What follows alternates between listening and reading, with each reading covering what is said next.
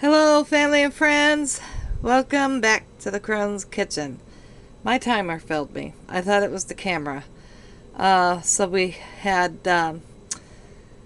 I was steady cooking and yapping and didn't notice that the camera had shut off. So now I have to talk you through. The last part, I had added some okra in the pot and started to add the zucchini. It was 3 small zucchini. Like I said, normally I'd left the skin on them, but since I got to this recipe a little late, the skin wasn't as nice as I'd like, so I peeled it. Okay, so then I had added the steamed shrimp in there, and I'm trying to remember all of what I did. And then I added the sauteed onion, because I had to saute some onion and celery, and that got put in there. And then I kept the same pan, added a little more olive oil, about 2 tablespoons of the garlic in a jar from Dollar Tree, and a pound of I think it was pork or some kind of bologna. Not bologna, what do you call it? Sausage. This stuff, sausage. And I cooked that up. I had it already pre-cooked, but I sauteed that. That's in here. And then I had to take 4 tomatoes and cut them in half and squeeze the seeds out, and then put them cut side down. And it was supposed to be 3 red peppers, but I used green peppers, seeded, cut, and then cut side down and broiled till they, charred.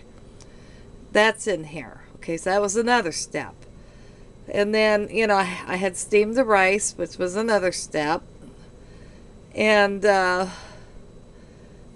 we added 2 cans of black-eyed peas. 2 regular sized cans of black-eyed peas with the broth and everything in there. And then I had steamed a small head of broccoli. That went in there. And then the zucchini, I should have probably steamed it with the broccoli or the shrimp, but it got added in and it has cooked up in here. So I'm trying to think. Oh, it called for a cup of corn, frozen corn. I added the whole bag because I didn't want any leftover. And I did add my second container of my Cajun Swanson broth. And so I'm really sorry that turned out. But all in all, and then I added the roux in there. I mean, that mixture I'd made, that you got to see that was an important part. But all in all, I do believe that was everything that went in here. So, but it was just the many, many steps, the many steps of, but I used a cooker for everything, and it did a wonderful job. But, I cooked the rice. That was a step. Then I broiled the tomatoes and the peppers. That was another step. Then I sauteed the onions and celery. That was another step. Then I sauteed the garlic and the sausage. That was another step. Then I steamed the shrimp. That was another step. I steamed the broccoli. That was a step. And then I had cut up the zucchini and the okra and added it in here. It was another step, and then then we added the corn. But I mean, it was just a lot of separate, do this, do that, do that, do this. I am getting good reports back that it is very good. I've not tried it yet, but I wanted to show you. But the pot was so big that I had to end up putting it over the rice. And here's my plate. I'm going to bring this up because I haven't eaten.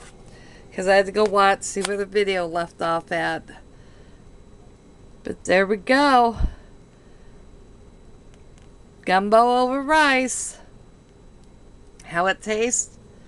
Well, let's find out. Let's take a big bite here. Got some rice in there. Then I'll tell you the thing that I did not like about the cooker. Hold up.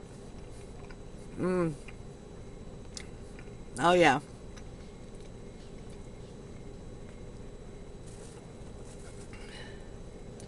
Oh, you know what? I didn't use my whole second container. I used very little out of it. I see the rest of it sitting here. I gotta put that in the fridge.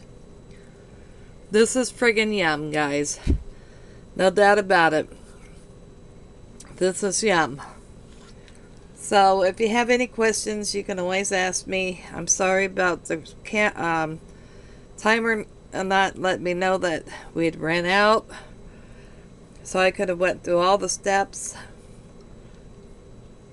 It makes a big bunch. Definitely would feed a crowd because this is no little pot. I'll tell you that. The thing I don't like, whenever you're steaming or cooking and you get a bunch of condensation up here.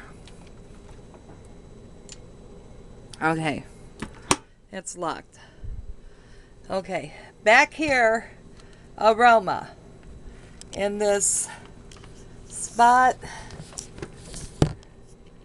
back in here, I don't know how I'm trying to show it to you, right in through here, right in through here. They should have had some kind of a condensation little piece that you could have put here to catch the condensation, because see, as you can see, oh, you can't see. Yeah, there you go. I've had to clean this up every time I open the lid. And sometimes way worse than that. Because when you open the lid, the first thing that happens, now it's been off, but it all starts dripping down and down, see, down in there, and then it drips down through this here and all over. So it should have had some kind of a, I've seen some cookers have a little plastic piece that would set right there, so when the lid condensation drips from the lid down here, it would go into that little container. You just dump that little container out. So aroma, excellent product. Love it. Condensation catcher back here, please. Right at the hinge of the lid. And you've got the perfect pot.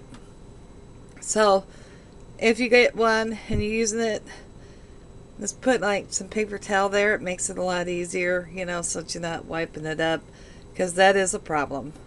It's not a major problem, but it is a problem. Every function worked correctly. I had no problems with it cooking. A wonderful machine. I love it. The gumbo is good. I'm gonna go eat. Later, guys.